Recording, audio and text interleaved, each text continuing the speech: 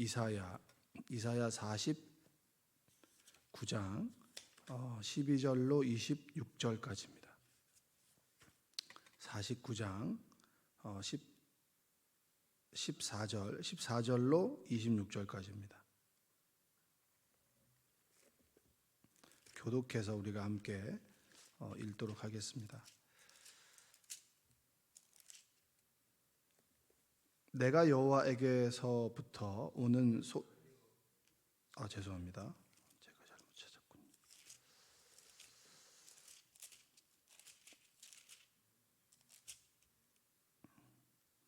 오직 시온이 이르기를 여호와께서 나를 버리시며 주께서 나를 잊으셨다 하였거니와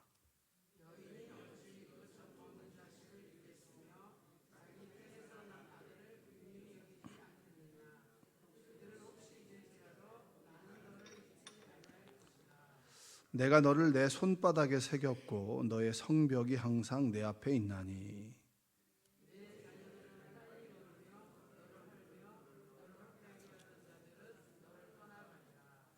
내 눈을 들어 사방을 보라. 그들이 다 모여 내게로 오느니라. 나 여호와가 이르노라. 내가 나의 삶으로 맹세하노니 내가 반드시 그 모든 무리를 장식처럼 몸에 차며 그것을 띠기를 신부처럼 할 것이라.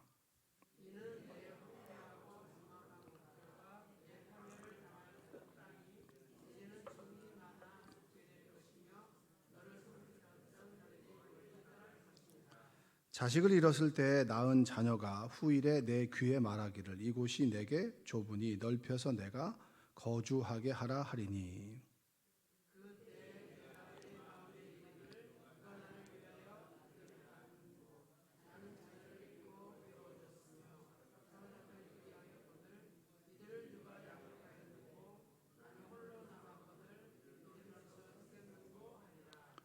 주 여호와가 이같이 이르노라. 내가 문 나라를 향하여 나의 손을 들고 민족들을 향하여 나의 기치를 세울 것이라. 그들이 내 아들들을 품에 안고 내 딸들을 어깨에 메고 올 것이며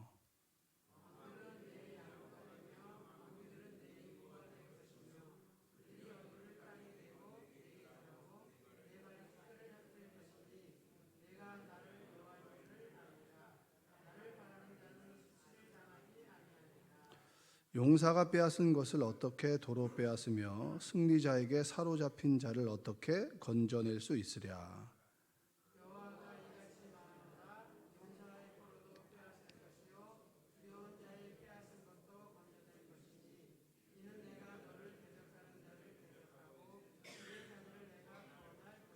함께 읽겠습니다. 내가 너를 억압하는 자들에게 자기의 살을 먹게 하며 새술에 취함같이 자기의 피에 취하게 하리니 모든 육체가 나 여호와는 내 구원자요 내 구속자요 야곱의 전능자인 줄 알리라.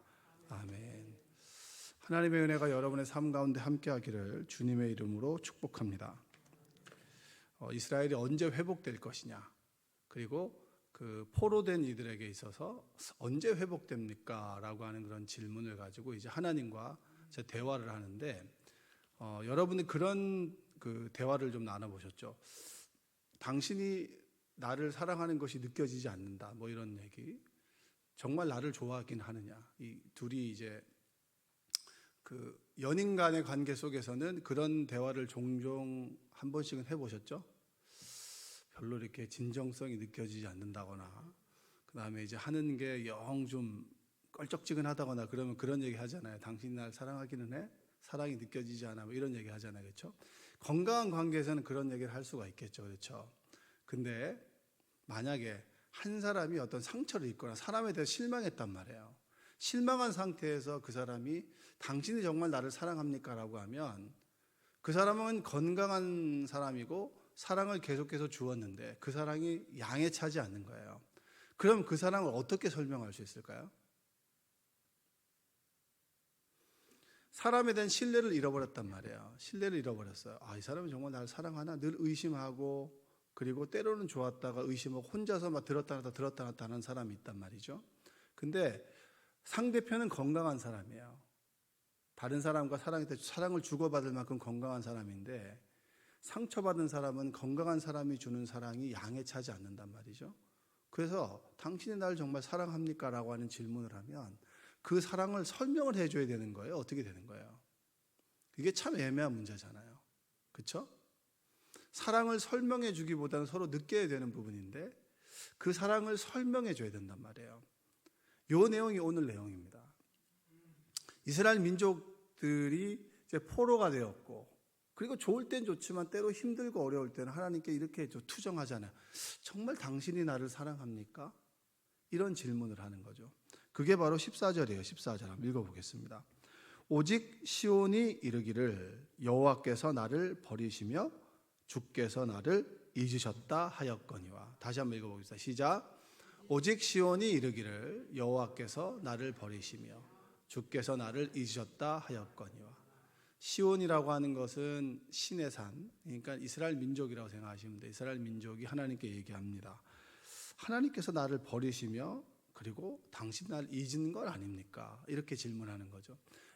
여러분들이 그렇게 하나님께 느낄 때가 있잖아요. 내가 좀 어려움이 생기면 하나님께서 나를 잊으신 건 아닌가, 버리신 건 아닌가. 근데 그 생각을 몇천 년 전에 이스라엘 민족들도 동일하게 한다는 거예요. 그 얘기는 뭐예요? 모든 인간들은 자신이 어렵고 힘들면 하나님께 대해서 이런 질문을 한다는 거죠. 불평과 불만을 한다는 겁니다. 하나님 나를 정말 사랑하십니까? 사랑하시는데 왜 나에게 이런 어려움을 주십니까? 라는 질문은 여러분만 하는 것이 아니라 모든 사람들이 한다는 거예요. 그러니까 이런 질문을 받으면 여러분들이 뭐라고 대답하시겠어요? 좋을 때는 막 너무 좋다가 막 싫으면 막 세상을 잃어버린 것처럼 이런 질문을 하면 어떻게 대답하시겠습니까? 여기 15절에 하나님께서 이렇게 대답하죠. 한번 읽어보겠습니다. 여인이 어찌 그젖 먹는 자식을 잊겠으며. 제가 일작을 했을 때 저 혼자 읽을 때 굉장히 좀 이렇게 외로움을 느낍니다. 여러분. 느꼈다. 죄송합니다. 15절 다시 한번 읽겠습니다. 시작. 여인이 어찌 그 젖 먹는 자식을 잊겠으며 자기 태에서 난 아들을 긍휼히 여기지 않겠느냐. 그들은 혹시 잊을지라도 나는 너를 잊지 아니할 것이라. 이제 하나님께서 이렇게 얘기하는 거예요. 젖 먹는 자식을 잊지 않는다. 그리고 태에서 난 아들을 긍휼히 여기는 것이 당연하지 않겠느냐.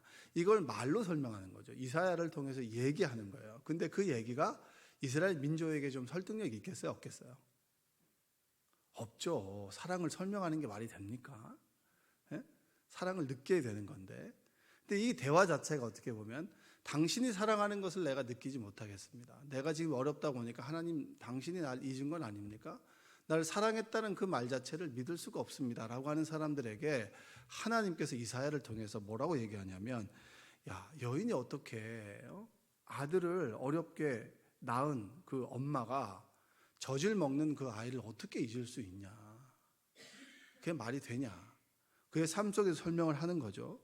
그리고 자기 태에서 난 자식을 어떻게 사랑하지 않을 수 있겠느냐. 사랑하지 않는 엄마도 있어요. 요즘에는 보면 사이코패스 이래가지고 그런데, 근데 그건 일반적인 정서가 아니잖아요. 여러분이 난 아들과 딸을 사랑합니까? 사랑하지 않습니까? 사랑하죠. 너무 사랑해서 문제죠. 자기 아들만 있어서 문제 아닙니까? 남의 아들은 그래도 괜찮은데 내 아들만 이게 문제잖아요. 유치원 다니는 사람이나 학교 다니는 사람도 자기는 애들을 때려도 누가 애들을 때리는 거 용납을 못하는 거예요. 자기는 정말 애들을 금지옥엽으로 키운 것처럼 막 부들부들 떨고, 다른 사람은 이렇게 돼도 내 아들만은 그렇지 않다. 너무나 이기적이지. 근데 그렇게 하나님께서 설명을 해주고 있습니다. 그리고 그들은 혹시 잊을지라도 나는 너를 잊지 않는다. 우리가 하나님에 대해서 은혜를 받는다라고 합시다. 그 은혜는 뭡니까? 조건적입니까? 무조건적입니까? 무조건적인다는 의미를 여러분 깨달으세요? 여러분은 기브 앤 테이크잖아요. 자식들도 그렇지 않습니까? 자식들도 대부분 기브 앤 테이크예요. 등진 사람들 많아요. 형제 자매도 여러분 아시겠지만 그렇게 아름다운 사랑은 아닙니다. 장례식까지 가면 유산 분배 때문에 원수도 그런 원수가 없어요. 그리고 안 보는 가족들 많습니다.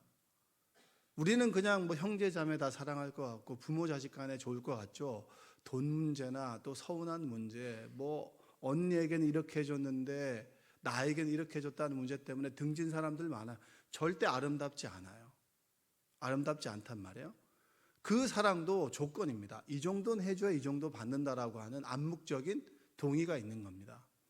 여러분 관계를 맺는 사람들이 여러분 끊임없이 그 사람에게 애정을 표현할 때 뭐가 오지 않으면 그 사람에게 끊임없이 애정을 표현하나요? 아니죠. 그렇게 리액션이 없는 상태에서 끊임없는 애정을 표현한다라고 하는 것은 폭력이 될 수 있습니다. 서로 주고받죠. 그렇죠? 주고받는 사랑을 우리는 암묵적으로 동의하고, 그리고 우리가 만나는 사람들은 대부분 그러한 사람들입니다. 근데 하나님은 뭐죠? 조건이 없는 거예요. 주고받는, 네가 이 정도 했기 때문에 준다라고 하는 게 없는 거예요. 무조건적인 사랑이죠. 내가 때로 좋을 때도 불평할 때도 하나님은 동일하게 우리를 사랑하는데, 불평할 때는 그 동일한 사랑이 느껴집니까? 느껴지지 않습니까? 느껴지지 않죠. 제가 이제 여기 구리에서 3년 동안 목회를 했을 때 그 속교는 좀 특수한 교회였습니다. 그러니까 상처를 받은 이들이 교회를 개척하게 됐을 때 그 지방에서 목회자를 청빙하게 됐을 때 제가 이제 어떻게 그 교회를 부임하게 됐습니다. 근데 그 중에서 장로님의 가정들이 저한테 항상 얘기했던 게, 저는 목사님의 사랑이 느껴지지 않습니다.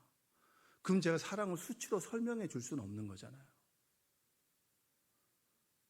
목사님이 우리를 사랑한다라고 하는 것을 제가 느끼지 못하겠습니다 라는 이야기를 들으면 여러분 굉장히 힘듭니다.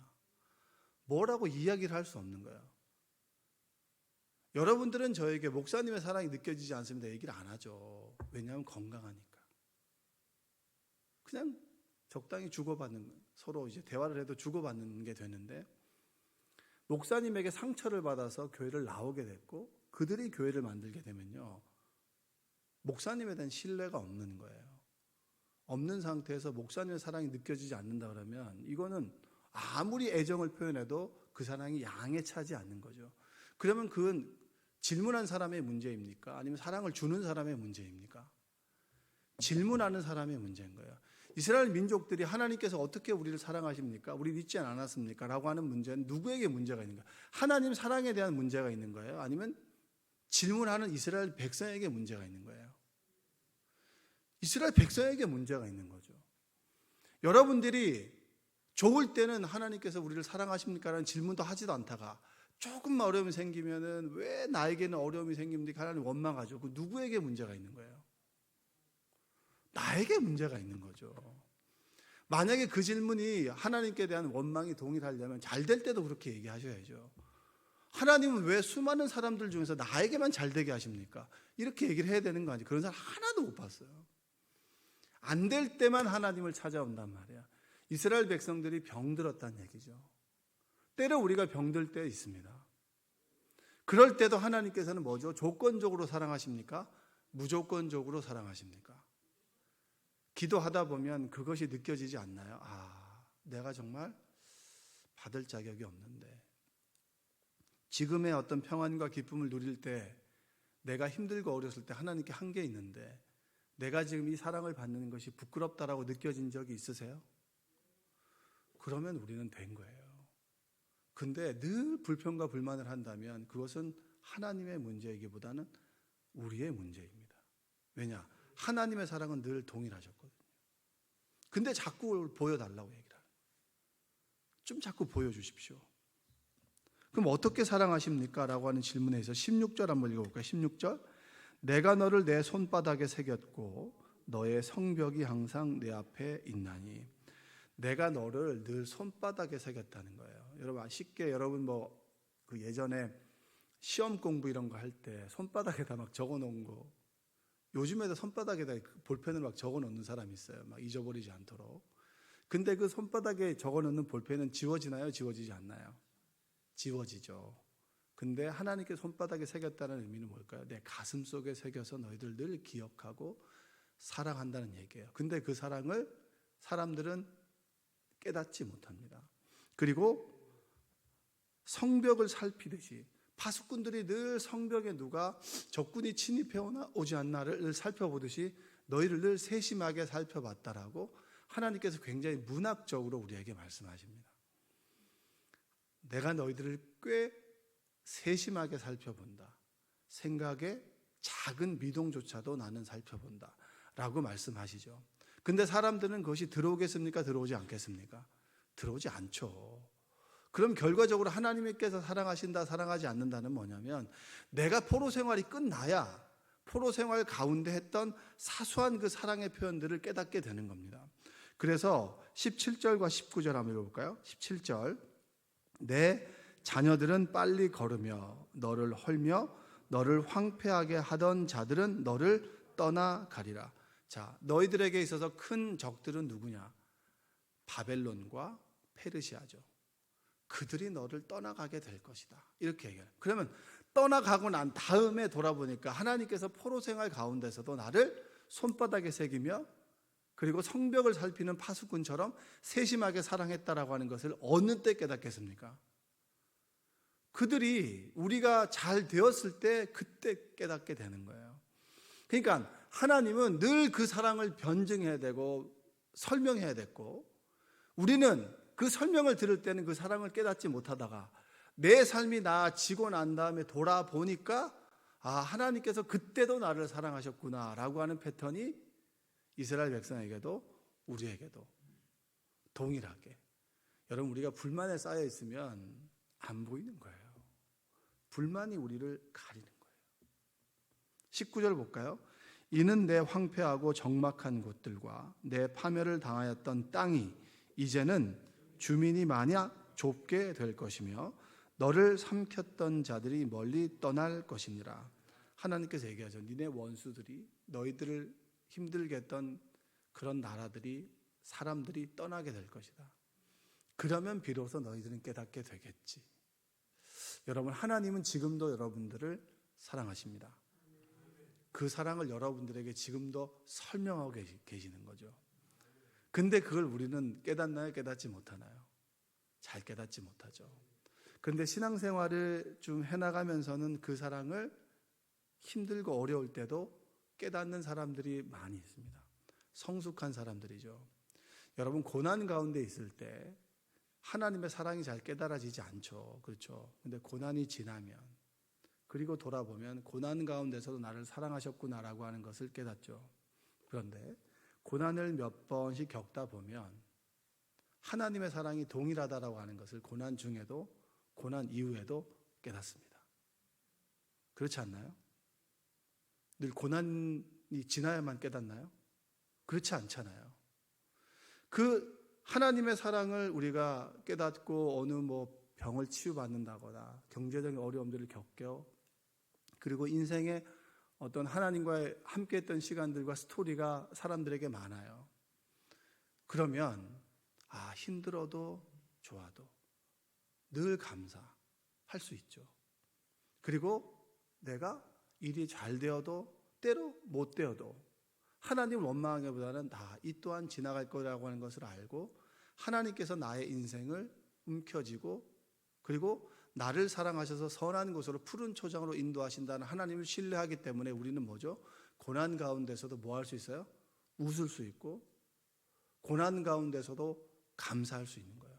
내가 뭔가 다루어져야 될 부분이 있는 모양이구나. 그러면 내가 다루어져야지. 왜냐? 내 아버지는 나를 선한 곳으로 인도하시니까. 그 믿음이 우리에게 생기겠죠. 여러분들이 그러한 믿음을 갖게 되시기를 바랍니다. 늘 힘들고 어려울 때 맨날 이거 하지 마시고, 그리고 좋을 때는 막 자기가 당한 것처럼 그렇게 하지 마시고, 좋을 때도 감사하고 때로 어려울 때도 하나님께 감사할 수 있고. 왜냐?